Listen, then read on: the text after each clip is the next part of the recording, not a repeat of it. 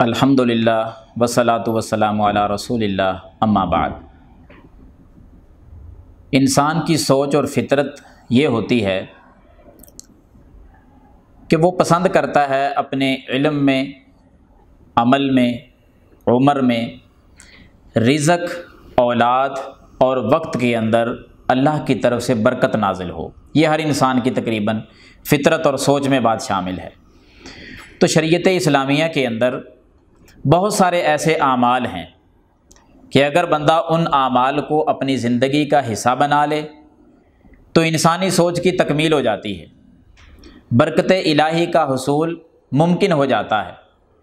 تو آئیے ہم ایک ایک عمل ذکر کرتے ہیں کہ جس کو زندگی کا حصہ بنانے سے اللہ تعالیٰ کی طرف سے آسمانوں سے برکت کے دروازے کھول دیے جاتے ہیں۔ پہلا عمل نوٹ کیجئے۔ پہلا عمل یہ ہے کہ جب آدمی اپنے گھر میں داخل ہو تو گھر داخل ہوتے وقت السلام علیکم گھر والوں کو کہنا چاہیے۔ اس میں بڑی سستی پائی جاتی ہے۔ اگر ہم اس عمل کو زندگی کا حصہ بناتے ہیں تو یہ کتنا مبارک عمل ہے، آپ نوٹ کریں اللہ کے قرآن مجید کی آیت مبارکہ۔ اللہ تعالیٰ فرماتے ہیں فَإِذَا دَخَلْتُمْ بُيُوتًا فَسَلِّمُوا عَلَىٰ أَنفُسِكُمْ تَحِيَّةً مِّنْ عِندِ اللَّهِ مُبَارَكَةً طَيِّبَةً کہ جب تم اپنے گھروں میں داخل ہوں تو اپنے گھر والوں کو سلام کہا کرو۔ یہ بہت ہی بابرکت اور اللہ کی طرف سے پاکیزہ تحفہ ہے۔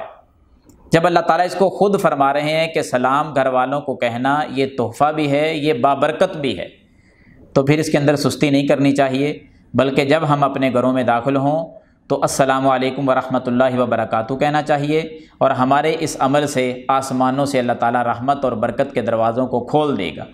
جب ہم اللہ کے رسول صلی اللہ علیہ وسلم کی زندگی پر غور کرتے ہیں تو سیرت طیبہ سے بھی یہی عمل ہمارے سامنے آتا ہے۔ محبوب علیہ الصلاۃ والسلام اپنے جس گھر میں بھی جاتے دروازے پہ دستخط دیتے اور دروازہ کھولتے وقت ہی ساتھ ہی یہ الفاظ کہتے کہ السلام علیکم اہل البیت، اے گھر والو تم پر سلامتی ہو۔ تو ہمیں بھی سنت کو اپناتے ہوئے اپنے گھر والوں کو السلام علیکم کہنا چاہیے اور اللہ سے برکت کو حاصل کر لینا چاہیے۔ اللہ تعالیٰ عمل کرنے کی توفیق عطا فرمائے۔